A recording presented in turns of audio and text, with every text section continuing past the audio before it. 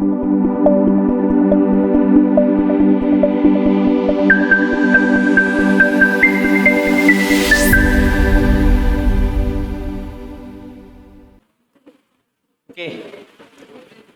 Hello and welcome to One Ace Academy.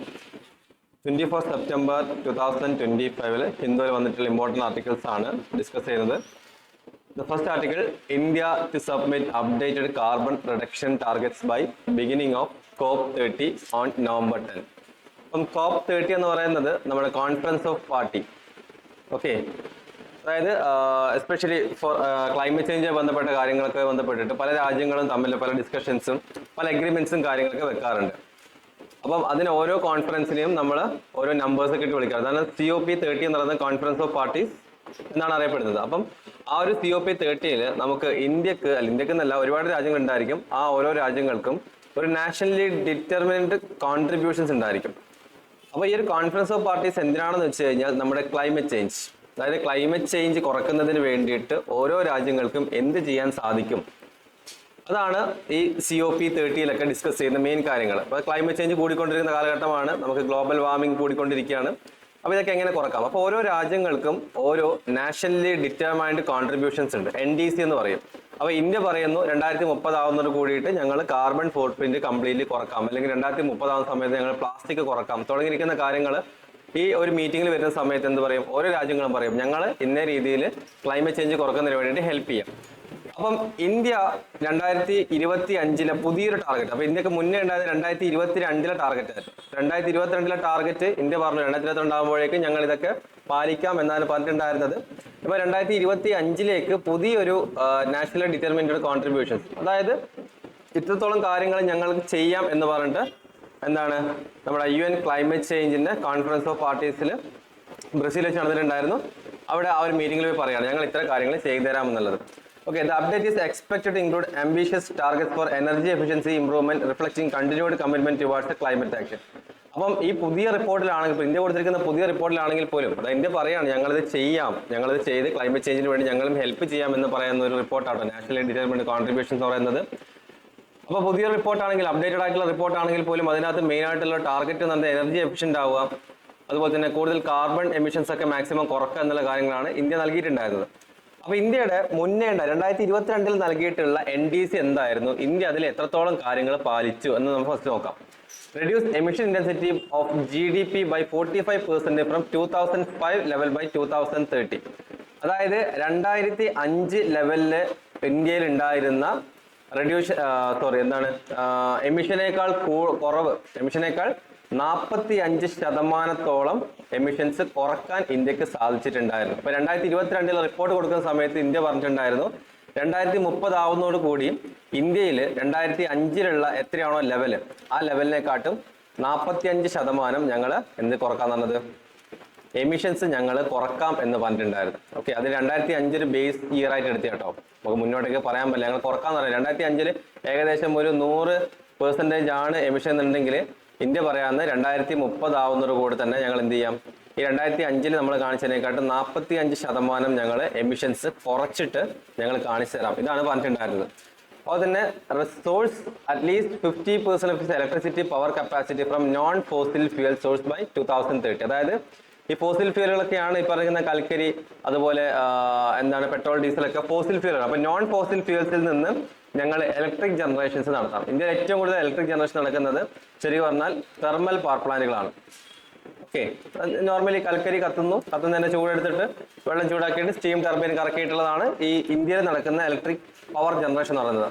അപ്പോൾ India ആ ഒരു 2022 കൊടുത്ത റിപ്പോർട്ട് പറയുകയാണ് ഇന്ത്യയിലുള്ള total electricity power generation at least 2030 ആവുന്നതോട് കൂടി തന്നെ അതിൽ 50% എങ്കിലും ഞങ്ങൾ നോൺ ഫോസിൽ ഫ്യൂൽസിൽ നിന്ന് ഞങ്ങൾ ഇലക്ട്രിസിറ്റി ജനറേറ്റ്, അതായത് സോളാർ പവർ പ്ലാന്റുകളോ അല്ലെങ്കിൽ മറ്റേതെങ്കിലും രീതിയിലോ കാറ്റടിപ്പാടങ്ങളോ അങ്ങനത്തെ കാര്യങ്ങളൊക്കെ വെച്ചിട്ട് ഞങ്ങൾ പവർ ജനറേറ്റ് ചെയ്യാം എന്നാണ് പറഞ്ഞിട്ടുണ്ടായത്.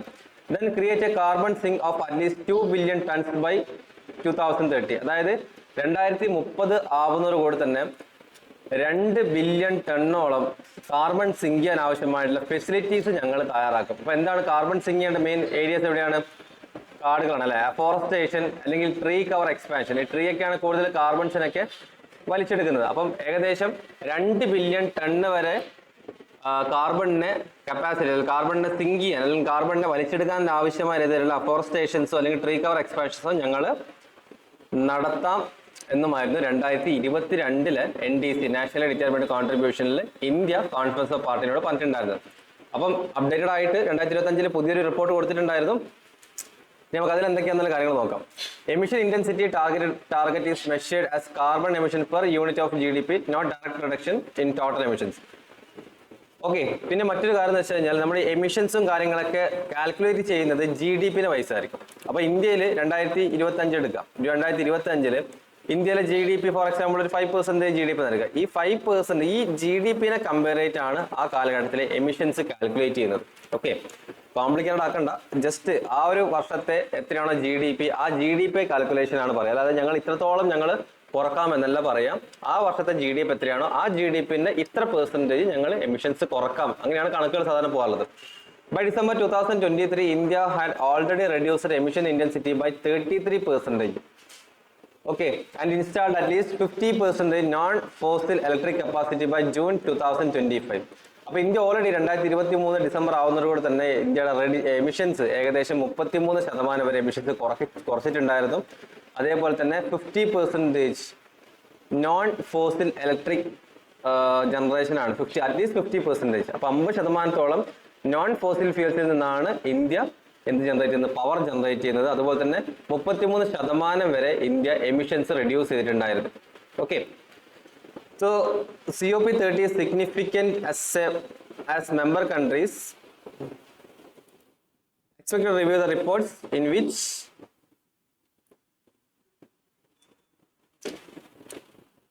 with India likely to propose even higher targets. India is also expected to operationalize the Indian carbon market by 2026 with mandatory emission intensity targets for key sectors and provision for trading emission reductions. Okay, അപ്പോൾ എന്താണ് ഇന്ത്യയുടെ carbon market എന്നുള്ള കാര്യങ്ങൾ ഇത് നിങ്ങളുടെ prelims point of view അല്ലെങ്കിൽ prelims ബുക്കിൽ എഴുതാൻ ശ്രമിക്കുക. കാർബൺ മാർക്കറ്റ് എന്താണെന്നുള്ളത്. അപ്പോൾ കാർബൺ മാർക്കറ്റ് എന്ന് വെച്ച് കഴിഞ്ഞാൽ ഫോർ എക്സാമ്പിൾ ഞാനൊരു കമ്പനി ബിൽഡ് ചെയ്യുന്നു. ഓക്കെ, ഒരു കമ്പനി ബിൽഡ് ചെയ്യുന്ന ഒരുപാട് കാർബൺസ് എമിറ്റ് ചെയ്യുന്ന ഒരു കമ്പനിയാണ് ഞാൻ ബിൽഡ് ചെയ്യുന്നുണ്ടെങ്കിൽ അപ്പോൾ എത്രത്തോളം എമിറ്റ് ചെയ്യുന്നോ അത് എനിക്ക് കാർബൺ ക്രെഡിറ്റ് എനിക്ക് വാങ്ങാൻ സാധിക്കും. ഓക്കെ, അതായത് ഗവൺമെന്റിന്റെ അടുത്ത് പോയിട്ട് ഞാൻ കാർബൺ ക്രെഡിറ്റ് വാങ്ങുകയാണ്. അതായത് ഞാൻ ഏകദേശം 1 ടൺ കാർബൺ പുറത്ത് വിടുന്നത്, എൻ്റെ കമ്പനി 1 ടൺ കാർബൺ പുറത്ത് വിടുകയാണ്. അപ്പം 1 ടണ്ണിന്റെ കാർബൺ ക്രെഡിറ്റ് എനിക്ക് പർച്ചേസ് ചെയ്യാൻ സാധിക്കും. ഓക്കെ, അതായത് ഇത്രത്തോളം ഞാൻ കാർബൺ പുറത്തേക്ക് വിടുന്നുണ്ട്, അത് അന്തരീക്ഷം മലിനമാക്കുന്നതിന് ഞാൻ കൊടുക്കുന്ന ഒരു പെനാൽറ്റി പോലെയാണ്. അപ്പം ആ ഒരു എമൗണ്ട് കൊടുക്കുന്നതിന് പകരമാണ് ഞാൻ എന്ത് ചെയ്യും, ഞാൻ എമിഷൻസ് കുറക്കും. എമിഷൻസ് കുറക്കുന്ന സമയത്ത് ഓട്ടോമാറ്റിക്കലി എനിക്ക് അത്രയും വലിയൊരു എമൗണ്ട് അല്ല അത്രയും വലിയ കാർബൺസ് എമിറ്റ് ചെയ്യില്ല, അത്രയും വലിയ പൈസ കൊടുത്തിട്ട് എനിക്ക് കാർബൺ ക്രെഡിറ്റ് വാങ്ങേണ്ടി വരില്ല. ഇതാണ് കാർബൺ ക്രെഡിറ്റ് അല്ലെങ്കിൽ കാർബൺ മാർക്കറ്റ് എന്ന് പറയുന്നത്. ഓക്കെ, അപ്പം ഇന്ത്യ അത് ഫുള്ളി 2026 ആവുന്നതോടെ തന്നെ ഫുള്ളി ഓപ്പറേഷണൽ ആയും. അതായത് ഏതെങ്കിലും തരത്തിൽ നിങ്ങളൊരു കാർബൺ വളരെ ചെറിയ രീതിയിൽ എമിറ്റ് ചെയ്യുന്നുണ്ടെങ്കിൽ പോലും അതിനാവശ്യമായുള്ള കാർബൺ ക്രെഡിറ്റ് ഗവൺമെന്റിന്റെ കയ്യിൽ നിന്ന് പൈസ കൊടുത്ത് വേണം. പൈസ കൊടുത്ത് വാങ്ങുന്ന സമയത്ത് ഓഫ് കോഴ്സ് എന്താണ് ആ ഒരു കമ്പനി ആ ഒരു ബിസിനസ് എന്ന് പറയുന്നത് മാക്സിമം എമിഷൻസ് കുറക്കാൻ സാധിക്കും. ഓക്കെ, ഇനി ഗ്ലോബൽ കണ്ടക്സ്റ്റിൽ നോക്കുകയാണെന്നുണ്ടെങ്കിൽ European Union and Australia are updating their own NDC. അപ്പോൾ ഞാൻ പറഞ്ഞ പോലെ തന്നെ COP35 ഒരുപാട് മെമ്പർ കൺട്രീസ് ഉണ്ട്. അതിൽ യൂറോപ്യൻ യൂണിയൻ അതുപോലെ തന്നെ ഓസ്ട്രേലിയ ഒക്കെ ഒരുപാട് രാജ്യങ്ങൾ അവരുടെ NDC അപ്ഡേറ്റ് ചെയ്തിട്ടുണ്ട്. അതായത് 2035 ആവുന്നവർ കൊടുത്താൽ ഞങ്ങൾ ഇന്ന ലെവലിൽ എത്തും എന്നുള്ള കണ്ടീഷൻസും ടാർഗറ്റുകളും വെച്ച് അവരും NDC അപ്ഡേറ്റ് ചെയ്തിട്ടാണ് ബ്രസീൽ വെച്ച് നടന്ന COP35 COP30 അവരെന്ത് പറഞ്ഞത്, ഞങ്ങൾ ഇത്രയും കാര്യങ്ങൾ ചെയ്തു തരാമെന്ന് എല്ലാ രാജ്യങ്ങളും ഉറപ്പ് നൽകിയിട്ടുള്ളത്. ഓക്കെ, അവരുടെ മെയിൻ ആയിട്ടുള്ള അജണ്ട എന്ന് പറയുന്നത് wider emission cut ranges following Paris agreement. അതായത് അവരും ഉദ്ദേശിക്കുന്ന കാര്യം എന്ന് വെച്ചാൽ എമിഷൻസ് മാക്സിമം കുറക്കുക, ഗ്ലോബൽ ക്ലൈമറ്റ് ചേഞ്ചിന് ആക്സിലറേറ്റ് ചെയ്യാതെ ഡീസലറേറ്റ് ചെയ്യാൻ ഹെൽപ്പ് ചെയ്ത് കൊടുക്കുക എന്നുള്ളത്. Target under Paris agreement forthcoming COPs focus on keeping global temperature rise well below 2 degree Celsius. അതായത് നിലവിൽ ഉള്ള ടെമ്പറേച്ചറിനെക്കാട്ടും 2 degree Celsius global average temperature കുറക്കുക എന്നുള്ള കാര്യങ്ങളാണ് പറയുന്നത്. ഓക്കെ, ഇപ്പൊ NDC എന്ന് പറയുന്ന കാര്യങ്ങളെല്ലാം 5 വർഷം കൂടുന്ന സമയത്തും അവർ നോക്കും. നമ്മൾ റിപ്പോർട്ട് കൊടുക്കുന്നു, 5 വർഷം കഴിഞ്ഞാൽ നോക്കും നിങ്ങൾ ആ റിപ്പോർട്ടുമായിട്ട് നിങ്ങൾ എന്തൊക്കെ ചെയ്തു എന്നുള്ള കാര്യങ്ങൾ. ഓരോ 5 വർഷം കൂടുന്ന സമയത്താണെങ്കിലും ആ മീറ്റിംഗ് കണ്ടക്ട് ചെയ്തിട്ട് അവരുടെ പ്രോഗ്രസ്, ഓരോ രാജ്യങ്ങളുടെ പ്രോഗ്രസ് എന്താണെന്ന് നോക്കും. അപ്പോൾ ഏറ്റവും ഫൈനൽ ആയിട്ടുള്ള പാരീസ് അഗ്രിമെന്റിന്റെ ക്ലൈമറ്റ് ചേഞ്ച് ബന്ധപ്പെട്ടാണ് പാരീസ് അഗ്രിമെന്റ് നടക്കാറുള്ളത്. പാരീസ് അഗ്രിമെന്റ് ഒരു ഫൈനൽ ആയിട്ടുള്ള ഒരു ഒബ്ജക്റ്റീവ് എന്ന് വെച്ച് കഴിഞ്ഞാൽ നമ്മുടെ ഗ്ലോബൽ ടെമ്പറേച്ചർ 2 ഡിഗ്രി സെൽഷ്യസ് കുറക്കാം. അതായത് ഇപ്പം നമ്മുടെ നോർമൽ ടെമ്പറേച്ചർ എന്ന് പറയുന്നത് 35 ഡിഗ്രി ആണെന്നുണ്ടെങ്കിൽ അത് ഒരു 33 ഡിഗ്രിയിലേക്ക് എത്തിക്കാൻ ശ്രമിക്കുക. നാളെ മുതൽ നോർമൽ ടെമ്പറേച്ചർ എന്നത് 33 ഡിഗ്രിയിലേക്ക് എത്തിക്കാൻ ശ്രമിക്കുക എന്നുള്ളതാണ്. കാരണം ഒരു 1 ഡിഗ്രി സെൽഷ്യസ് വരെ ഗ്ലോബൽ ടെമ്പറേച്ചർ കൂടി കഴിഞ്ഞു കഴിഞ്ഞാൽ അത്രയും അധികം ഐസ് ഷീറ്റുകൾ ഉരുകാനും അത്രയും അധികം കടലുകളിലൊക്കെ അല്ലെങ്കിൽ ഓഷ്യൻസിൽ വെള്ളത്തിന്റെ ലെവൽ ഇൻക്രീസ് ചെയ്യും, ഓട്ടോമാറ്റിക്കലി പല ദ്വീപുകൾ പോലും മുങ്ങിപ്പോകാൻ സാധ്യതയുള്ളതാണ്. ഓക്കെ, അതുകൊണ്ടാണ് 1 ഡിഗ്രി പോലും ഇവിടെ വളരെ ഇമ്പോർട്ടന്റ് ആയിട്ട് പാരീസ് അഗ്രിമെന്റ് നോക്കുന്നത്. ഇത്രയുമാണ് നമുക്ക് ഒരു ആർട്ടിക്കിൾ നോക്കാനുള്ളത്. Moving on to next article, lesson from India's vaccination drive, GS paper 2 അതുപോലെ തന്നെ GS പേപ്പർ 3 ബന്ധപ്പെട്ട ആർട്ടിക്കിളാണ്. അപ്പൊ ഈ ഒരു ആർട്ടിക്കിളിൽ പറയുന്ന കാര്യം എന്ന് വെച്ച് കഴിഞ്ഞാൽ ഇന്ത്യയുടെ യൂണിവേഴ്സൽ ഇമ്മ്യൂണൈസേഷൻ പ്രോഗ്രാമാണ്. ഇന്ത്യയുടെ വാക്സിനേഷൻ ഡ്രൈവിനെ പറ്റിയാണ് പറയുന്നത്. അപ്പൊ ഇന്ത്യ നമുക്കറിയാം, ഒരു കുട്ടി ജനിക്കുന്ന സമയത്താണെങ്കിൽ പോലും ഉടനെ തന്നെ നമ്മൾ ഇമ്മ്യൂണൈസേഷൻ കൊടുക്കും അല്ലെ. പോളിയോ എന്ന് പറഞ്ഞ ഇമ്മ്യൂണൈസേഷൻ കുത്തിവെക്കും, അല്ലെങ്കിൽ മറ്റെന്തെങ്കിലും വാക്സിൻസുകൾ തുടങ്ങിയ കാര്യങ്ങളൊക്കെ ഇനീഷ്യൽ ഫേസ് തന്നെ നമ്മൾ കുത്തിവെപ്പ് എടുക്കാറുണ്ട്. അപ്പൊ ഇന്ത്യയുടെ യൂണിവേഴ്സൽ ഇമ്മ്യൂണൈസേഷൻ പ്രോഗ്രാം എന്ന് പറയുന്നത് വേൾഡിലെ ഏറ്റവും ലാർജസ്റ്റ് ആയിട്ടുള്ള ഒരു വാക്സിനേഷൻ പ്രോഗ്രാമാണ്. അതായത് 2.6 കോടി ഇൻഫാൻസ്, മീൻസ് ചെറിയ കുട്ടികൾ മുതൽ അതുപോലെ തന്നെ 2.9 കോടി പ്രഗ്നന്റ് ആയിട്ടുള്ള വുമൻസിന് വരെ ആനുവൽ ബേസിസിൽ കറക്റ്റ് ആയിട്ട് എന്ത് കൊടുക്കുന്നുണ്ട്, ഇന്ത്യ ഈ വാക്സിൻസ് നൽകാൻ ശ്രമിക്കുന്നുണ്ട്. ഓക്കെ, ആ ഒരു വാക്സിൻസ് പ്രോപ്പറായിട്ട് കൊടുക്കുന്നതുകൊണ്ട് തന്നെ നമ്മുടെ അണ്ടർ 5 മോർട്ടാലിറ്റി റേറ്റ്, അതായത് 5 വയസ്സിൽ താഴെയുള്ള കുട്ടികളുടെ മരണനിരക്ക് 45 മുതൽ 31 വരെയായി മാറി. അതായത് 1000 ലൈവ് ബർത്ത്, 1000 കുട്ടികൾ ജനിക്കുന്നുണ്ടെങ്കിൽ ഇപ്പം നിലവിലത്തെ കണ്ടീഷൻസിൽ 45 മുതൽ 31 കുട്ടികൾ മാത്രമേ ജനിക്കുമ്പോൾ തന്നെ മരണപ്പെടാറുള്ളൂ. അതിനൊക്കെ മെയിൻ കാരണം എന്ന് വെച്ച് കഴിഞ്ഞാൽ ഈ പ്രഗ്നന്റ് ആയിട്ടുള്ള വുമൻസിനൊക്കെ പ്രോപ്പർ ആയിട്ടുള്ള വാക്സിൻസ് കൊടുക്കുന്നില്ല. പണ്ടാണെന്നുണ്ടെങ്കിൽ 1000 ലൈവ് ബർത്തിന്റെ അകത്ത് 150 കുട്ടികളോളം മരണപ്പെടുമായിരുന്നു ജനിക്കുമ്പോൾ തന്നെ. ഇപ്പൊ ആ ലെവൽ കുറച്ച് നമുക്ക് 45, 31 കുട്ടികളിൽ വരെ നമുക്ക് എത്തിക്കാൻ സാധിച്ചിരിക്കുന്ന കാര്യം എന്ന് വെച്ച് കഴിഞ്ഞാൽ ഈ പ്രോപ്പർ ആയിട്ടുള്ള വാക്സിൻസുകൾ കൊടുക്കുന്നതുകൊണ്ടാണ്. UIP, universal immunisation programme offers free immunisation against 12 diseases. അതായത് 12 രോഗങ്ങൾക്കെതിരെയാണ് നമ്മുടെ യൂണിവേഴ്സൽ ഇമ്മ്യൂണൈസേഷൻ പ്രോഗ്രാം, അതായത് ഈ ഒരു വാക്സിൻസ് വാക്സിൻസ് ഒക്കെ കുത്തിവെക്കുക ചെയ്യുന്നത്. With 11 vaccines given nationwide and 1 in endemic areas. Recent addition includes 6 vaccines such as, അതായത് ആ 12 വാക്സിൻസ് 12 ഡിസീസിനെതിരെയുള്ള അതിനകത്ത് 11 വാക്സിൻസ് എന്ന് പറയുന്നത് നാഷണൽ വൈഡ് അംഗീകരിച്ച എല്ലാ രാജ്യങ്ങളിലും ഉണ്ടാവും ഇത്തരം രോഗങ്ങൾ ഉണ്ടായിരിക്കും. ഇപ്പൊ പോളിയോ എന്ന് പറഞ്ഞിരിക്കുന്നത് എല്ലാ രാജ്യങ്ങളിലും ആ ഒരു വാക്സിൻസ് എടുക്കുന്നതാണ്. പിന്നെ ഒന്ന് മാത്രം ഒരു എൻഡമിക് ഒരു ടൈപ്പ് ഓഫ് വാക്സിൻ ആണ്, അതായത് ആ ഒരു രോഗം ആ റീജിയണിൽ മാത്രമേ കാണൂ. അപ്പം ആ റീജിയണിൽ മാത്രമാണ് നമ്മൾ ആ ഒരു വൈറസ് അല്ല ആ ഒരു വാക്സിൻ ഡ്രൈവ് അല്ലെങ്കിൽ ആ ഇമ്മ്യൂണൈസേഷൻ പ്രോഗ്രാം നടത്താറുള്ളൂ. അങ്ങനെ ടോട്ടൽ ഇന്ത്യയിൽ നൽകുന്ന ഒരു ഫ്രീ ആയിട്ടുള്ള ഇമ്മ്യൂണൈസേഷൻ പ്രോഗ്രാമിൽ 12 രോഗങ്ങൾക്കെതിരെയുള്ളതാണ് നമ്മുടെ UIP അല്ലെങ്കിൽ യൂണിവേഴ്സൽ ഇമ്മ്യൂണൈസേഷൻ പ്രോഗ്രാം എന്ന് പറയുന്നത്. ഇത് കൂടാതെ തന്നെ 6ഓളം വാക്സിൻസ് എക്സ്ട്രാ ആഡ് ചെയ്തിട്ടുണ്ട്. That means rota virus, rubella, pneumococcal and Japanese encephalitis തുടങ്ങിയിരിക്കുന്ന രോഗങ്ങൾക്കും ഉള്ള വാക്സിൻസുകൾ ഓൾറെഡി ഇതിനകത്തേക്ക് ആഡ് ചെയ്തിട്ടുണ്ട്. പണ്ട് ഇതൊന്നും വാക്സിൻസ് ഉണ്ടാകുന്നില്ല. അപ്പൊ ഇതിനൊക്കെ ഉള്ള വാക്സിൻസുകൾ കണ്ടെത്തിയിട്ട് ഇന്ത്യ നൽകിക്കൊണ്ടിരിക്കുന്നുണ്ട്. ഇനി ഇന്ത്യ വാക്സിൻസ് കൊടുക്കുന്ന ഒരു ഡ്രൈവ് മിഷൻ ഇന്ദ്രധനുഷ്, ഇത് UPSC പ്രിലിംസിൽ ചോദിച്ചൊരു ക്വസ്റ്റ്യൻ ആട്ടോ. Mission Indradhanush and intensified mission Indradhanush, ഇത് നിങ്ങൾക്ക് വേണമെങ്കിൽ നിങ്ങളുടെ പ്രിലിംസ് നോട്ടിൽ എഴുതാം. ഇന്റൻസിഫൈഡ് മിഷൻ ഇന്ദ്രധനുഷ് എന്ന് പറഞ്ഞിട്ടുള്ള കാര്യം എന്ന് വെച്ച് കഴിഞ്ഞാൽ യൂണിവേഴ്സൽ ഇമ്മ്യൂണൈസേഷൻ പ്രോഗ്രാമാണ്. Have targeted low coverage and missed population by 2023. 12 phase vaccinated 5.46 crore children and 1.32 crore pregnant women contribute to increased immunization coverage. അപ്പോൾ അത്ര എന്താണ് ലെറ്റേഴ്സോ കാര്യങ്ങളോ അല്ലെങ്കിൽ നമ്പേഴ്സോ നമുക്ക് ആവശ്യമായിട്ടില്ല. ഇതിൽ നോക്കേണ്ട കാര്യം എന്ന് വെച്ച് കഴിഞ്ഞാൽ mission Indradhanush and intensified mission Indradhanush എന്ന 2 മിഷൻസുകൾ ഇന്ത്യക്കുണ്ട്. ഈ മിഷൻസിന്റെ മെയിൻ കാര്യം എന്ന് വെച്ച് കഴിഞ്ഞാൽ വാക്സിനേഷൻ പ്രോഗ്രാം ആണ് ആക്ച്വലി.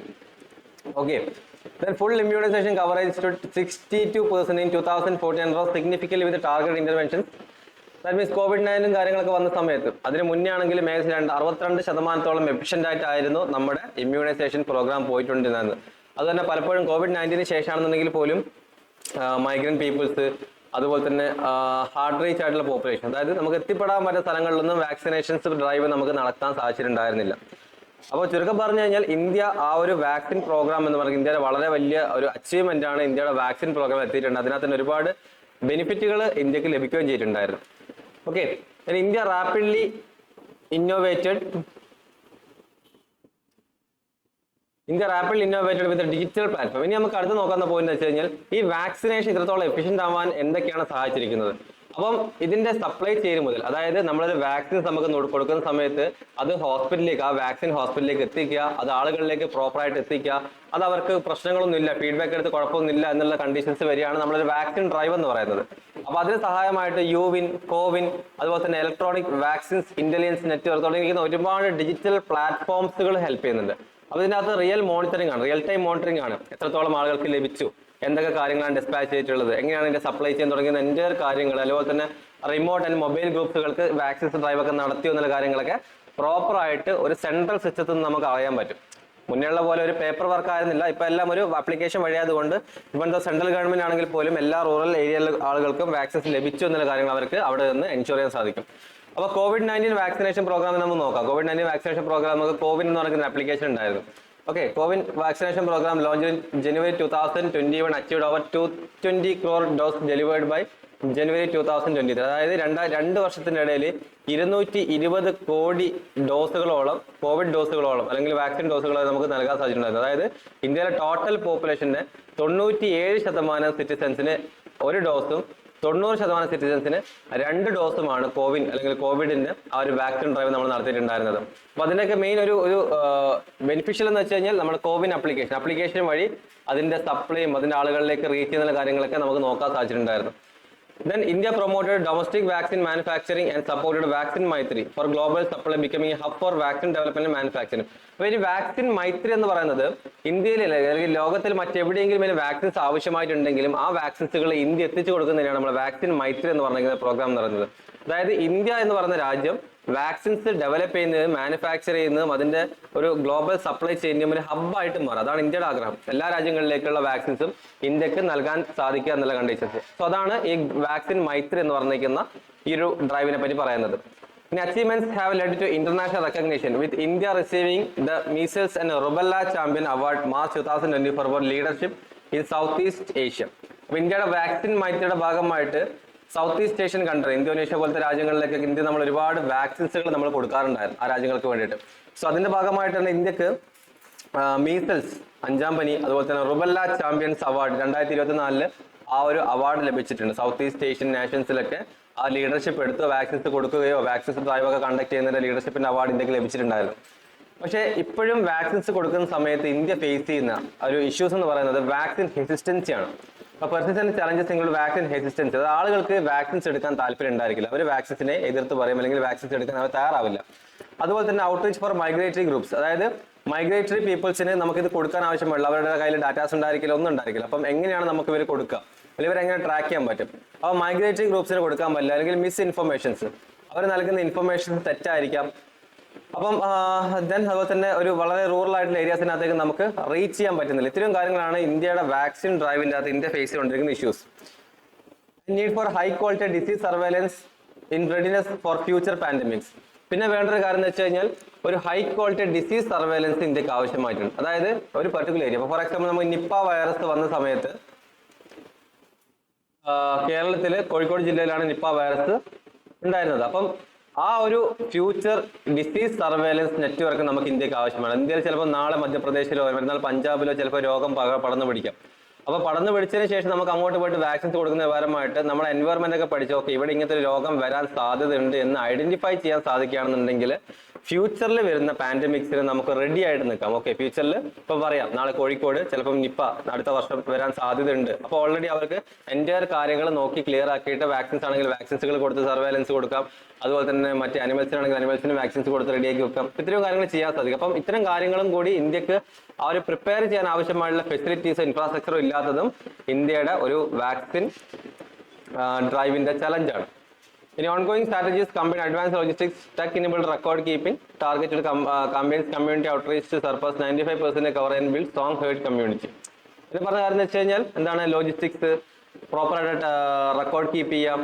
പിന്നെ ഈ വാക്സിൻസ് കൊടുത്തു കഴിഞ്ഞാൽ പിന്നീട് പതുക്കെ അവരൊരു ഹേർഡ് ഇമ്മ്യൂണിറ്റി എന്ന് പറഞ്ഞിരിക്കുന്ന കണ്ടീഷൻസ് വരും. ഈ ഹേർഡ് ഇമ്മ്യൂണിറ്റി എന്നുള്ള കാര്യങ്ങൾ കൂടി ഓർത്ത് വെച്ചോളൂ. ഹേർഡ് ഇമ്മ്യൂണിറ്റി എന്ന് വെച്ചാൽ ഇമ്മ്യൂണിറ്റി നമ്മൾ അക്യൂർ ചെയ്യുന്നതാണ് നമ്മൾ ഹേർഡ് ഇമ്മ്യൂണിറ്റി എന്ന് പറയുന്നത്. ഓക്കെ, ദാറ്റ് മീൻസ് ഒരുപാട് സമയം എന്താണ് പുറത്ത് വെയിൽ നിൽക്കുന്ന ഒരാൾക്ക് പെട്ടെന്ന് ഒരു ദിവസം വെയിൽ കൊണ്ടാലും വലിയ കുഴപ്പം സാധിക്കില്ല. ബിക്കോസ് അവരുടെ ഇമ്മ്യൂണിറ്റി എന്ത് ചെയ്തു, ഇമ്മ്യൂണിറ്റി ആ ഒരു വെയിലുമായിട്ട് കോപ്പപ്പ് ചെയ്തു. അതായത് എത്ര ചൂടുള്ള വെയിൽ കൊണ്ടാൽ പോലും അവർക്ക് കുഴപ്പമില്ല. അതാണ് ഹേർഡ് ഇമ്മ്യൂണിറ്റി എന്ന് പറയുന്നത്.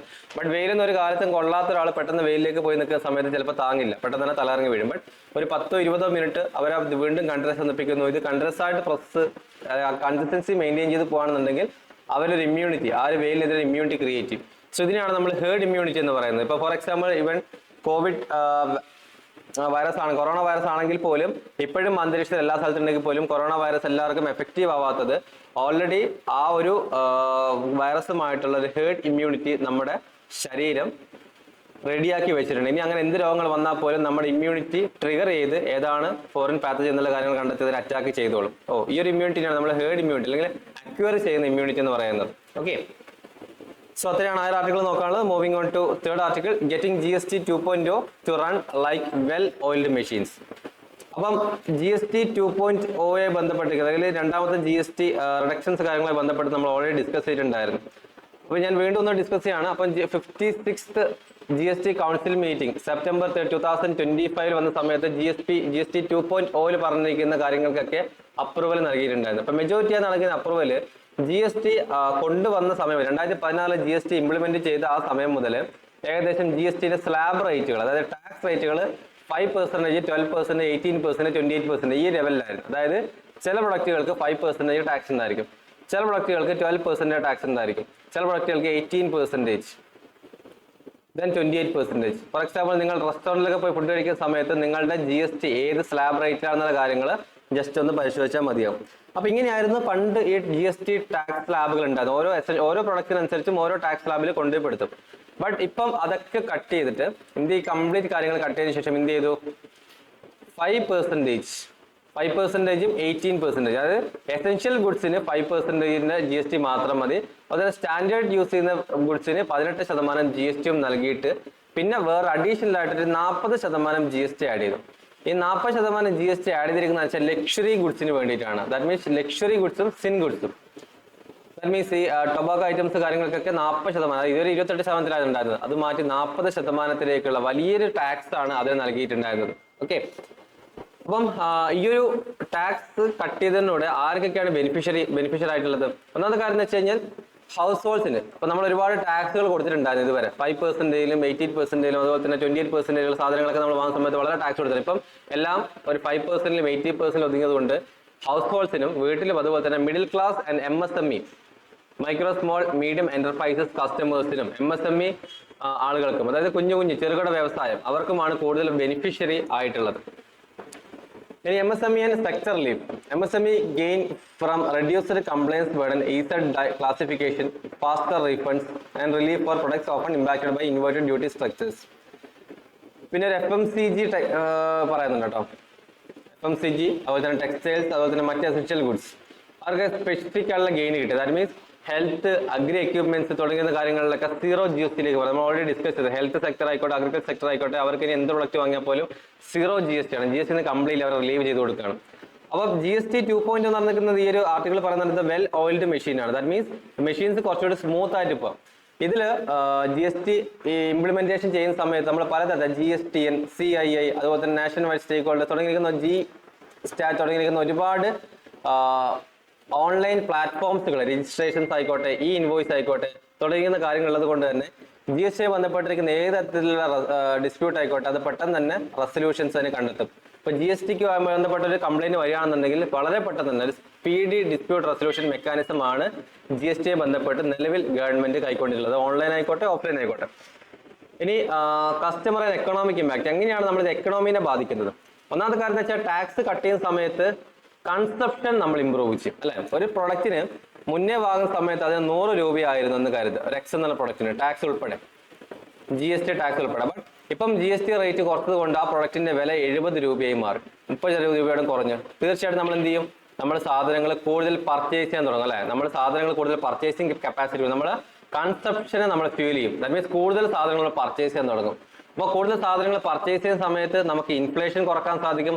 അതുപോലെ തന്നെ റൂറൽ, അർബൻ അല്ലെങ്കിൽ semi urban, lower income families എന്ന് പറയുന്ന കണ്ടീഷൻസ് ഒക്കെ മാറി. ഇപ്പം ഫോർ എക്സാമ്പിൾ വീട്ടിലൊരു കാർ ഉണ്ടെങ്കിൽ നമ്മൾ എന്ത് പറയും, ഓക്കെ അവർ അത്യാവശ്യം പൈസക്കാരാണെന്നുള്ള കണ്ടീഷൻ പറയും. ഇപ്പം GST ടാക്സ് റേറ്റ് കട്ട് ചെയ്യുന്ന സമയത്ത് ഏകദേശം 1 lakh 1.5 lakhs വരെയൊക്കെയാണ് കാറിന്റെ ഒക്കെ റേറ്റ് കുറഞ്ഞിട്ടുള്ളത്. അപ്പോൾ ഓട്ടോമാറ്റിക്കലി സെമി അർബൻ അല്ലെങ്കിൽ റൂറൽ ഏരിയയിലുള്ള ആളുകൾക്കാണെങ്കിൽ പോലും പുതിയ കാർ വാങ്ങിക്കാൻ സാധിക്കും. അപ്പം ആ ഒരു ഡിവിഷൻസ്, സോഷ്യൽ ഡിവിഷൻസ് പോലും നമുക്ക് കുറക്കാൻ സാധിക്കും. ഓക്കെ, ഇനി ഷോർട്ട് ടേം റവന്യൂ. ഇപ്പം ഗവൺമെന്റിനെ സംബന്ധിച്ച് നോക്കുന്ന സമയത്ത് ഒരു ഷോർട്ട് ടേം റവന്യൂ ലോസ് ആണ്. കാരണം 28% ഒക്കെ വാങ്ങിക്കൊണ്ടിരിക്കുന്ന ആരും ഇതുവരെ ടാക്സ്, അപ്പൊ അതൊക്കെ കുറച്ച് ഇപ്പോൾ 5% മാറ്റി. അപ്പൊ നല്ല രീതിയിലുള്ളൊരു റവന്യൂ ലോസ് ഗവൺമെന്റ് ഉണ്ടെങ്കിൽ പോലും കൂടുതൽ ബിസിനസ്സുകൾ മാർക്കറ്റിൽ നടക്കും. അല്ലെ? റവന്യൂ ലോസ് കുറവായിരിക്കും, ബട്ട് കൂടുതൽ നമ്മൾ ആദ്യം ഒരു 10 കാർ വാങ്ങുന്ന ആൾക്കാരായിരിക്കും. ബട്ട് GST ടാക്സ് റേറ്റ് കുറച്ച സമയത്ത് 100 കാറോളം നമ്മൾ വാങ്ങാൻ ശ്രമിക്കും. അപ്പോൾ ഓട്ടോമാറ്റിക്കലി മാർക്കറ്റിലുള്ള സെല്ലിങ്ങും കാര്യങ്ങളും പർച്ചേസിംഗ് കപ്പാസിറ്റി ഒക്കെ കൂടിക്കൊണ്ടിരിക്കും. ആ രീതിയിൽ ഗവൺമെന്റ് കിട്ടുന്ന ടാക്സ് റേറ്റ് വളരെ കൂടുതലായിരിക്കും. ഓക്കെ, അതായത് ഇപ്പൊ ഉണ്ടാവുന്ന ആ ഒരു ടാക്സ് കട്ടിൽ ഉണ്ടാവുന്ന ഇന്ത്യയുടെ നഷ്ടം may be offset as more business comply, അതായത് ബിസിനസ്സുകൾ കൂടുതൽ കൂടിക്കൊണ്ടിരിക്കും. Okay, road ahead. ഇനി എന്താണ് ഗവൺമെന്റ് ചെയ്തിരിക്കുന്ന നല്ലൊരു പ്രോഗ്രാം ആണെങ്കിൽ ഇനി എന്താണ് ചെയ്യാനുള്ളത്? First of all, implementation priority focus on preventing tax cut capture in supply chain saw consumers genuinely benefit. MSME requires special support from accounting, IT integration, inventory management, classification, quality, categories like unsold stocks and packaging. അപ്പം അവർ പറഞ്ഞിരിക്കുന്ന main കാര്യം എന്ന് വെച്ചാൽ tax cut എന്ന് പറഞ്ഞിരിക്കുന്ന method തന്നെ follow ചെയ്യുക. Then പറഞ്ഞിരിക്കുന്ന കാര്യം എന്ന് വെച്ച് കഴിഞ്ഞാൽ MSME സെക്ടറിന് കൂടുതൽ സപ്പോർട്ട് കൊടുക്കുക. അതായത് അവരുടെ അക്കൗണ്ടിങ് ആയിക്കോട്ടെ, ഇൻഫർമേഷൻ ടെക്നോളജി ഇന്റഗ്രേഷൻ ആയിക്കോട്ടെ, ഇൻവെന്ററി മാനേജ്മെന്റ് ആയിക്കോട്ടെ തുടങ്ങിയ കാര്യങ്ങളിൽ കൂടുതൽ സപ്പോർട്ട് നൽകാൻ ശ്രമിക്കാം. ദെൻ കണ്ടിന്യൂഡ് ആയിട്ടുള്ള ഫീഡ്ബാക്കുകൾ, GST എങ്ങനെയാണ്, അതിന്റെ ഓഡിറ്റ്സ്, അതിന്റെ അപ്ഗ്രേഡ്സ്, അത് എന്തൊക്കെ റീഫോംസുകൾ ആവശ്യമായിട്ടുണ്ട്, എന്തൊക്കെയാണ് കംപ്ലൈൻസ് തുടങ്ങിയ കാര്യങ്ങൾ ഇൻ ലോങ് ടേമിൽ കണ്ടെത്താൻ ശ്രമിക്കുക. ഓക്കെ, ഇത്രയുമാണ് നമുക്ക് ഈ ആർട്ടിക്കൽ നോക്കാനുള്ള GST 2.0 to run like a well oiled machine. GST paper 3 എക്കണോമിയായി ബന്ധപ്പെട്ടിരിക്കുന്ന ഒരു ആർട്ടിക്കിളാണ്. Moving on to the final article, the mapping of India China border. GST paper 1, GST paper 2 and GST paper 3 3 GST പേപ്പറുമായി ബന്ധപ്പെട്ടിരിക്കുന്ന ആർട്ടിക്കിളാണ്. Okay, so ഈ ഒരു ആർട്ടിക്കിൾസിൽ പറയുന്ന കാര്യം എന്ന് വെച്ച് കഴിഞ്ഞാൽ ഇന്ത്യയുടെ മക്മോഹൻ ലൈനുമായി ബന്ധപ്പെട്ട കാര്യങ്ങളാണ്. അതായത് ഇന്ത്യയും ചൈനയും തമ്മിലുള്ള ഒരു ബോർഡർ എന്ന് പറയുന്നത് കാശ്മീർ റീജിയനിൽ പോകുന്ന സമയത്ത് അക്സായ് ചിൻ എന്ന റീജിയനിലും അതുപോലെ തന്നെ അരുണാചൽ പ്രദേശിലുള്ള റീജിയനുമാണ്. ഇപ്പൊ അരുണാചൽ പ്രദേശിലുള്ള റീജിയനാണ് തവാങ് മൊണാസ്ട്രി എന്ന് പറയുന്നത്. ഈ തവാങ് മൊണാസ്ട്രി എന്ന് പറഞ്ഞാൽ ടിബറ്റൻ വിശ്വാസത്തിലുള്ളതാണ് തവാങ് മൊണാസ്ട്രി. അപ്പം പലപ്പോഴും ചൈന പറഞ്ഞൊരു കാര്യമാണ്, തവാങ് മൊണാസ്ട്രി ഞങ്ങളുടേതാണ്, അതുകൊണ്ട് അരുണാചൽ പ്രദേശ് കംപ്ലീറ്റ്ലി ഞങ്ങളുടേതാണ്. ഇതുവരെ അരുണാചൽ പ്രദേശ് ഡിസ്പ്യൂട്ടഡ് ആയിട്ടുള്ള ഏരിയ ആണ്. അരുണാചൽ പ്രദേശ് ഇന്ത്യയുടെ ആണോ അല്ലെങ്കിൽ ചൈനയുടേതാണോ എന്നുള്ള കണ്ടീഷൻസ് ഇതുവരെ വ്യക്തമാകില്ല. ചൈന പറയും ഓക്കെ ഇത് ഞങ്ങളുടേതാണ് ബിക്കോസ് തവാങ് മൊണാസ്ട്രി അവിടെ ഉണ്ട്, അത് ഞങ്ങളുടെ വിശ്വാസമാണ്. ഇന്ത്യ പറയും ആസ് പെർ ബ്രിട്ടീഷുകാർ പോയ സമയത്ത് ഉണ്ടായിരിക്കുന്ന മക്മോഹൻ ലൈൻ പ്രകാരം അരുണാചൽ പ്രദേശ് ഞങ്ങളുടേതാണ്. അപ്പം പ്രോപ്പർലി 2 സ്ഥലത്താണ് ഇന്ത്യയും ചൈനയും തമ്മിലുള്ള ഡിസ്പ്യൂട്ടഡ് ഇഷ്യൂസ് ഉള്ളത്. ഒന്ന് western sector, then central sector, then eastern sector. 3 സ്ഥലത്താണ് ഇന്ത്യയും ചൈനയും തമ്മിലുള്ള ഡിസ്പ്യൂട്ടഡ് ഏരിയാസ്. അപ്പം ആ ഒരു ഫിഗർ നിങ്ങൾ മൈൻഡിൽ വെക്കുക. നമുക്ക് പോയിന്റിലേക്ക് പോവാം. അപ്പം ഇനി ആ മക്മോഹൻ ലൈൻ എന്തായിരുന്നു, അരുണാചൽ പ്രദേശ് എങ്ങനെയാണ് ചൈനയുടെ കയ്യിലേക്ക് മാറിയെന്നുള്ള കാര്യങ്ങളൊക്കെ നോക്കാം. ഡ്യൂറിംഗ് ദ മഞ്ചു ഡൈനാസ്റ്റി, ഈ മച്ചു പിച്ചു എന്നൊക്കെ പറയാൻ നിങ്ങൾ കേട്ടിട്ടുണ്ടായിരിക്കും. അപ്പൊ മഞ്ചു ഡൈനാസ്റ്റി വന്ന സമയത്ത് 1644 1911 കാലഘട്ടത്തിൽ 2 മേജർ എംപയർ ആയിരുന്നു ആ ഒരു ടിബറ്റൻ റീജിയൻ ഭരിച്ചുകൊണ്ടിരുന്നത്. ഓക്കെ, അതിൽ ഒന്നാമത്തെ എംപയർ ആയിരുന്നു കാങ്സീസ് എന്ന് പറഞ്ഞിരിക്കുന്ന ഒരു രാജാവിന്റെ എംപയർ. അപ്പൊ അദ്ദേഹത്തിന്റെ മാപ്പിൽ 1721 അദ്ദേഹം പുറത്തുവിട്ട മാപ്പിന്റെ അകത്ത് ഈ Tibet Assam border, that means ഈ ടിബറ്റ് ആസാം വരെയുള്ള ബോർഡർ അവരുടേതാണ്. ഓക്കെ, ടിബറ്റ് ആസാം വരെയുള്ള ബോർഡർ എന്ന് പറഞ്ഞിരിക്കുന്നത് ഈ ഒരു ബോർഡർ വരെയുള്ള ഏരിയാസ് എന്ന് പറഞ്ഞത് ഇതാണ് ആസാം, അത് എവിടെ വരും. ആ ബോർഡർ വരെയുള്ള ഏരിയാസ് ടിബറ്റൻ റീജിയനിലാണെന്ന് പറഞ്ഞു. അപ്പൊ ടിബറ്റ് പിന്നീട് രാജഭരണമൊക്കെ മാറി. പിന്നീട് ആര് വന്നു? Republic of China. ആ ഒരു ചൈനയുടെ ഭരണം ഏറ്റെടുത്ത സമയത്ത് ടിബറ്റ് വരെ അണ്ടറിലായിരുന്നു. അപ്പം ഓട്ടോമാറ്റിക്കലി അത് റിപ്പബ്ലിക് ഓഫ് ചൈനയുടെ അണ്ടറിലായിരുന്നു അരുണാചൽ പ്രദേശ് എന്ന് പറഞ്ഞിരിക്കുന്ന ഏരിയ. അതിനുശേഷം നമ്മൾ the maps formed part of China's claim over Tibet as a non trans Himalaya state with boundary lines that ended at the southern foothills of the Himalayas not extend into present Arunachal Pradesh. അതിനുശേഷം ചൈനയുടെ claim ആണെങ്കിൽ പോലും China ആ ഒരു ഹിമാലയത്തിന് ശേഷമുള്ള area ആണ് actually Arunachal Pradesh നടന്നത്. അപ്പൊ ഹിമാലയം വരെയുള്ള റീജിയൻ ആണ് ഞങ്ങളുടെ എന്നായിരുന്നു ചൈനയും ഇനീഷ്യൽ ഫേസിൽ സമ്മതിച്ചിട്ടുണ്ടായിരുന്നത്. പിന്നീട് 1761 രണ്ടാമത്തെ സെക്കൻഡ് മഞ്ചു മാപ്പ് പുറത്തു വന്ന സമയത്ത് ഈസ്റ്റേൺ തുർക്കിസ്ഥാൻ കാശ്മീർ ബൗണ്ടറി അവരും അത് പറഞ്ഞു ഇന്ത്യയുടെ പൊസിഷൻ എന്ന് പറഞ്ഞിട്ടുള്ളത് അല്ലെങ്കിൽ ഞങ്ങളുടെ ഭാഗമല്ല, എന്ത് അരുണാചൽ പ്രദേശ് എന്ന് പറഞ്ഞിരിക്കുന്ന ഭാഗം ഞങ്ങളുടെ അല്ല എന്നായിരുന്നു തീരുമാനിച്ചിട്ടുണ്ടായിരുന്നത്. പിന്നെ ഏറ്റവും ഇമ്പോർട്ടന്റ് ആയിട്ടുള്ള ഒരു മാറ്റം വന്നിരിക്കുന്ന കാര്യം വെച്ചാൽ 1914 നടന്നിരിക്കുന്ന സിംല കരാറാണ്. 1914 സിംല കോൺഫറൻസിൽ മെയിൻ ആയിട്ടുള്ള കാര്യങ്ങൾ എന്ന് വെച്ച് കഴിഞ്ഞാൽ ബോർഡർ ലൈൻ വരക്കാൻ വേണ്ടിയിട്ടായിരുന്നു സിംല കരാർ വെച്ചിട്ടുണ്ടായിരുന്നത്. അപ്പൊ 1914 സിംല കരാറിന്റെ അകത്ത് ചൈനീസ് ഭാഗത്ത് നിന്ന് ആൾക്കാർ വന്നു, ഇന്ത്യയുടെ ഭാഗത്ത് നിന്ന് ആൾക്കാർ വന്നു. അതുപോലെ തന്നെ ഇന്ത്യയുടെ ഭാഗത്ത് ആൾക്കാർ എന്ന് വെച്ചാൽ ആ സമയത്ത് ബ്രിട്ടീഷുകാരാണ്. അപ്പൊ ബ്രിട്ടീഷുകാരും ചൈനയും തമ്മിൽ ഒരു ഡീൽ എത്തുകയാണ്. ഓക്കെ, ഒരു ലൈൻ വരക്കാണ്. ആ ലൈനാണ് നമ്മൾ പറയുന്നത് മക്മോഹൻ ലൈൻ എന്ന് പറഞ്ഞിരിക്കുന്നത്. ഓക്കെ, മക്മോഹൻ ആയിരുന്നു അദ്ദേഹം ആ ലൈൻ വരച്ചില്ല, അതാണ് മക്മോഹൻ ലൈൻ. ഏകദേശം മക്മോഹൻ ലൈന് പോകുന്ന ഈ റീജിയനിലൂടെയാണ്. അപ്പൊ മക്മോഹൻ ലൈൻ വരച്ചിട്ട് പറഞ്ഞു ഓക്കെ അരുണാചൽ പ്രദേശ് ബ്രിട്ടീഷ് ഇന്ത്യയുടെ ഭാഗമാണ്, ബാക്കിയുള്ള ഭാഗം നിങ്ങളുടേതാണ്. അപ്പം Arunachal Pradesh within the British India, ആ ഒരു മക്മോഹൻ ലൈൻ എന്ന് പറയുന്നത് വിത്തിൻ ദ ബ്രിട്ടീഷ് ഇന്ത്യയിലായിരുന്നു അരുണാചൽ പ്രദേശ് എന്ന റീജിയൻ ഉണ്ടായിരുന്നത്. ബട്ട് ചൈന എന്ത് ചെയ്തു? ചൈന ഇതിനെ എതിർത്തു. ഓക്കെ, അത് പാടില്ല, ഞങ്ങളുടേതാണ് പ്ലേസ് എന്ന് പറഞ്ഞ് ചൈന എതിർത്തു. ചൈന ആ ഒരു മക്മോഹൻ ലൈൻ അംഗീകരിച്ചിട്ടുണ്ടായിരുന്നില്ല.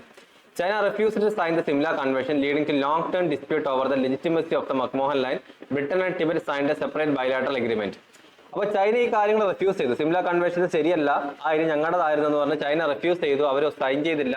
അങ്ങനെ ഒരുപാട് കാലത്തേക്ക് എന്താ ബ്രിട്ടീഷ് ഇന്ത്യയും ചൈനയും തമ്മിലിട്ട മക്മോഹൻ ലൈനിന്റെ ലെജിറ്റിമേസിയുമായി ബന്ധപ്പെട്ടുള്ള ഡിസ്പ്യൂട്ട്സും കാര്യങ്ങളൊക്കെ ഉണ്ടായിരുന്നു. ബട്ട് ഇതിന്റെ ഇടയിൽ ബ്രിട്ടനും ടിബറ്റും ഒരു ബയലാറ്ററൽ അഗ്രിമെന്റ് സൈൻ ചെയ്തിട്ടുണ്ടായിരുന്നു. അതായത് ബ്രിട്ടനും ടിബറ്റ്, നമ്മൾ ഈ റീജിയൻ നോക്കുകയാണെങ്കിൽ ടിബറ്റ് ആണ് കുറച്ചുകൂടി അടുത്തായിട്ട് വരുന്നത്. ഓക്കെ, ടിബറ്റൻ റീജിയൻ ആണ് ആക്ച്വലി. ബ്രിട്ടനും ടിബറ്റും തമ്മിൽ നമ്മളൊരു അഗ്രിമെന്റ് സൈൻ ചെയ്തു. നമ്മളെന്നല്ല, ബ്രിട്ടീഷ് ഇന്ത്യ ആ സമയത്ത് ഒരു അഗ്രിമെന്റ് സൈൻ ചെയ്തു. ആ അഗ്രിമെന്റ് ഒരു ബയലാറ്ററൽ അഗ്രിമെന്റ് ആക്കി മാറ്റി. ചൈന എപ്പോഴും എതിർത്തുകൊണ്ടിരിക്കുകയാണ്. ചൈന അണ്ടറിലെ ടിബറ്റ് ആണെങ്കിൽ പോലും ടിബറ്റ് ഭരിക്കുന്ന ഒരു വേറെ രാജഭരണമാണ്. Okay, India claims after independence relied on these colonial maps and conventions. അപ്പൊ ഇന്ത്യ ഇൻഡിപെൻഡൻസിന് ശേഷം ആ ബ്രിട്ടീഷുകാർ എന്താണോ വരച്ചു വെച്ചിട്ടുള്ളത് അതാണ് ഇന്ത്യ അംഗീകരിച്ചിട്ടുള്ള കാര്യം. ദാറ്റ് മീൻസ് ഇന്ത്യ പറഞ്ഞു മക്മോഹൻ ലൈൻ വരച്ചത് ബ്രിട്ടീഷുകാരാണ്, അതുകൊണ്ട് അരുണാചൽ പ്രദേശ് ഞങ്ങളുടെ ഭാഗമാണ്. അപ്പോഴും ചൈന പറയാണ്, ചൈന പറഞ്ഞു ഞങ്ങൾ ഒരു രീതിയിലും ആ സിംല കൺവെൻഷൻസ് ഞാൻ അക്സെപ്റ്റ് ചെയ്തിട്ടുണ്ടായിരുന്നില്ല, അതുകൊണ്ട് തന്നെ ക്ലിയർ ഡിമാർക്കേഷൻ ഇതുവരെ കൊണ്ടുവന്നിട്ടില്ല. ഞങ്ങൾ സിംല കരാർ അഗ്രിമെന്റ് ഞങ്ങൾ അക്സെപ്റ്റ് ചെയ്തിട്ടുണ്ടെങ്കിൽ നിങ്ങൾ പറയുന്നത് ഞങ്ങൾ അംഗീകരിച്ചോളാം. ബട്ട് എന്താണ് ഈ ഒരു ബൗണ്ടറി എന്ന് പറഞ്ഞ കാര്യം, മക്മോഹൻ ലൈൻ ഞങ്ങൾ അംഗീകരിച്ചില്ല, പിന്നെ എന്തിനാണ് ഞങ്ങൾ അരുണാചൽ പ്രദേശ് നിങ്ങൾക്ക് തരേണ്ടത് എന്നാണ് ചൈന ചോദിച്ചുകൊണ്ടിരിക്കുന്നത്. And rejected boundaries involving non sovereign Tibet. അതായത് അവർ ഈ പറഞ്ഞിരിക്കുന്ന ലൈനുകളൊന്നും അവർ അംഗീകരിച്ചിട്ടുണ്ടായിരുന്നില്ല. Disputes, diplomatic negotiations and modern implications. The absence of robust map-based or documentary evidence shaped the conflict, particularly diplomatic efforts in 1950s and 60s. That means Jawaharlal Nehru കാലഘട്ടത്തിലാണെന്നുണ്ടെങ്കിലും 1961 കാലഘട്ടത്തിൽ വന്ന സമയത്ത് ആ ഒരു robust ആയിട്ടുള്ള മാപ്പ്, ദാറ്റ് മീൻസ് ഈ ഏരിയ ഞങ്ങളുടേതാണ്, ഇവൻ അക്സായ് ചിഹ്നം ആയിക്കോട്ടെ, ജമ്മു കാശ്മീരിൽ അക്സായ് ചിഹ്നം ആയിക്കോട്ടെ, അല്ലെങ്കിൽ ഈസ്റ്റേൺ സെക്ടറിലുള്ള അരുണാചൽ പ്രദേശ് ആയിക്കോട്ടെ, ഈ രണ്ട് റീജിയണിലെ വ്യക്തമായിട്ടുള്ള മാപ്പ് 1961 ഇവൻ ജവഹർലാൽ നെഹ്റു പ്രധാനമന്ത്രിക്ക് സമയത്താണെങ്കിൽ പോലും ഡിസ്പ്യൂട്ട് നടന്ന സമയത്ത് നമുക്ക് കൊടുക്കാൻ സാധിച്ചില്ല, പ്രോപ്പർ ആയിട്ടുള്ള മാപ്പ് കൊടുക്കാൻ സാധിച്ചില്ല. നമ്മൾ കൊടുത്ത മാപ്പിലാണെങ്കിൽ ഈ പറഞ്ഞ രണ്ട് റീജിയണും നമ്മൾ അണ്ടറിലായിരുന്നു. അപ്പം ഒരു പ്രോപ്പർ അഗ്രിമെന്റിലേക്ക് നമുക്ക് ആ സമയത്ത് ജവഹർലാൽ നെഹ്റു ആയിക്കോട്ടെ, അതുപോലെ തന്നെ സുഹോ എൻലായി ആയിക്കോട്ടെ, ഇദ്ദേഹത്തിന് രണ്ടുപേർക്കും ചൈനയുടെ ഭാഗത്തുനിന്നും അതുപോലെ തന്നെ ഇന്ത്യയുടെ ഭാഗത്തുനിന്നുള്ള ആൾക്കാർക്ക് പ്രോപ്പർ ആയിട്ടുള്ള അഗ്രിമെന്റിലേക്ക് എത്താൻ സാധിച്ചില്ല. അതിന്റെ ഭാഗമായിട്ടാണ് 1962 സിനോ ഇന്ത്യൻ വാർ അല്ലെങ്കിൽ ഇന്ത്യ ചൈന വാർ 1962 നടന്നിട്ടുണ്ടായിരുന്നത്. Then, in നിലവിലത്തെ കണ്ടീഷൻസിൽ India currently control the territory up to the McMahon line in the east Arunachal Pradesh and China control Aksai Chin in the west and rejects the India claim of south Tibet. Okay, that means China പറഞ്ഞു ഈ പറഞ്ഞ അരുണാചൽ പ്രദേശ് എന്ന് വെച്ചാൽ southern Tibet ആണ്, അവർ വേറെ പേരിട്ടുള്ളത്, ഇത് south Tibet ആണ്, ഇത് ഞങ്ങളുടെ അണ്ടറിലാണ്. പക്ഷേ ഇന്ത്യ പറഞ്ഞു ഇല്ല, സമ്മതിക്കില്ല, ഞങ്ങൾ അംഗീകരിക്കുന്ന മക്മോഹൻ ലൈൻ, അതായത് ഇതിന്റെ മുകളിലുള്ള ഏരിയ ആണ്, ഇതിന്റെ മുകളിലുള്ള ആ ഏരിയയാണ് മക്മോഹൻ ലൈൻ, ആ മക്മോഹൻ ലൈനാണ് ഞങ്ങൾ അംഗീകരിക്കുന്നതെന്ന് പറഞ്ഞു. അതുപോലെ തന്നെ ചൈന വന്നിട്ട് പറഞ്ഞു അക്സായ് എന്ന് പറഞ്ഞിരിക്കുന്ന റീജിയൻ ഞങ്ങളുടേതാണെന്ന് അവരും പറഞ്ഞു. ഇത് നമുക്കൊന്നും പറയാൻ വാക്കുകളൊന്നുമില്ല, കാരണം വെച്ച് കഴിഞ്ഞാൽ അക്സായ് ചിൻ ഞങ്ങളുടെ അണ്ടറിലാണെന്ന് പറഞ്ഞു. ഓക്കെ, നമ്മളത് ഒന്നും ചെയ്തില്ല. പക്ഷെ അരുണാചൽ പ്രദേശ് നമ്മുടെ അണ്ടറിലാണ്, നമ്മൾ റിലേ ചെയ്ത് എന്തിനാണ്, മക്മോഹൻ ലൈനാണ്. ഇവൻ തോ മോഡേൺ മാപ്പിംഗ്സ് വരുന്ന സമയത്താണെന്നുണ്ടെങ്കിലും ഈ ഹിസ്റ്റോറിക്കൽ ലെഗസീസ് അവിടെ നിൽക്കുന്നതുകൊണ്ട് രണ്ട് സൈഡിൽ നിന്നും പ്രോപ്പർ ആയിട്ടുള്ള മാപ്പ് കൈമാറ്റം നടത്തിയിട്ടില്ല. എപ്പോഴാണെങ്കിലും മാപ്പ് എടുക്കുന്ന സമയത്ത് നമ്മൾ കൊടുക്കുന്ന മാപ്പിൻ്റെ അകത്ത് നമ്മളുടെ ഏരിയ നമ്മുടെ ആയിരിക്കും, അവർ തരുന്ന മാപ്പിൻ്റെ അകത്ത് നമ്മുടെ ഏരിയയും കൂടി കൂട്ടി വരച്ചിട്ട് അത് അവരുടെ ഏരിയ ആണെന്ന് പറയും. സോ ആ ഒരു ഇഷ്യൂസ് എപ്പോഴും ഇന്ത്യ ചൈന, ഇവൻ ഇന്ത്യ പാകിസ്ഥാൻ തമ്മിലുണ്ട്. അപ്പോൾ ഇന്ത്യ ചൈന തമ്മിലുള്ള ഒരു ബോർഡറിനെ നമ്മൾ line of actual control LAC എന്ന് പറയുന്നത്, LOC ലൈൻ ഓഫ് കൺട്രോൾ ഉണ്ട്, അത് ഇന്ത്യ പാകിസ്ഥാനാണ്. ഇന്ത്യ ചൈന വരുന്ന സമയത്ത് ലൈൻ ഓഫ് ആക്ച്വൽ കൺട്രോൾഡ് ആണ്. In strategic and international dimensions, debates remain about use of official maps and political for negotiation. There is no comprehensive acceptance of boundaries from either side. അതായത് രണ്ട് സൈഡിൽ നിന്നാണെങ്കിലും വ്യക്തമായിട്ട് ഇതാണ് boundary എന്നുള്ള കാര്യങ്ങൾ accept ചെയ്തിട്ടില്ല. അപ്പൊ എന്ത് ചെയ്യണം? ഇപ്പം നിലവിലത്തെ കണ്ടീഷൻസിൽ ഇന്ത്യ ചൈന ബൈലാറ്ററൽ റിലേഷൻസ് ഒക്കെ അത്യാവശ്യം നല്ല രീതിയിൽ പോയിക്കൊണ്ടിരിക്കുന്നതുകൊണ്ട് ഈ ഒരു സമയത്ത് ഒരു ബൈലാറ്ററൽ ടോക്ക് നടത്തിയിട്ട് എന്ത് ചെയ്യണം, ആ ഡിസ്പ്യൂട്ടുകൾ കുറക്കണം. കാലാകാലങ്ങളായിട്ട് 1914 മുതൽ തുടങ്ങിയിട്ട് 14 മുതൽ 2025 വരെ നീണ്ടു നിൽക്കുന്ന ഒരു യുദ്ധമാണ് ഈ ഒരു ഡിസ്പ്യൂട്ട് അല്ലെങ്കിൽ ബോർഡർ ഇഷ്യൂസ് എന്ന് പറയുന്നത്. ഇപ്പം ഇന്ത്യ ചൈന നല്ല റിലേഷൻ ആവുന്ന സമയത്ത് എത്രയും പെടുന്ന ഒരു ഡിപ്ലോമാറ്റിക് ടോക്ക് നടത്തിയിട്ട് എന്ത് ചെയ്യണം, ആ ഒരു ബോർഡർ ഇഷ്യൂസുകൾ കുറക്കാൻ സാധിക്കണം എന്നാണ് ഈ ഒരു ആർട്ടിക്കിൾസിൽ പറയുന്നത്. ഓക്കെ, ഇത്രയുമാണ് നമുക്ക് ഇന്നത്തെ ആർട്ടിക്കിൾസ് ഇമ്പോർട്ടൻ്റ് നോക്കാനുള്ളത്. ഈ ഒരു ആർട്ടിക്കിൾ എന്ന് പറയുന്നത് വളരെ ഇമ്പോർട്ടൻ്റ് ആർട്ടിക്കിൾ ആണ്, കാരണം India China relations from the beginning എന്താണ് ഇതിന്റെ ഹിസ്റ്റോറിക്കൽ പെർസ്പെക്റ്റീവ് എൻ്റെ കാര്യങ്ങൾ ഈ ഒരു ആർട്ടിക്കിൾസിൽ ഡിസ്കസ് ചെയ്യുന്നുണ്ട്. ഞാൻ 2-3 പോയിന്റുകൾ മാത്രമേ ഈ ആർട്ടിക്കിൾ ഡിസ്കസ് ചെയ്യാൻ എടുത്തിട്ടുള്ളൂ. Okay, so that's all for today. Thank you and good bye.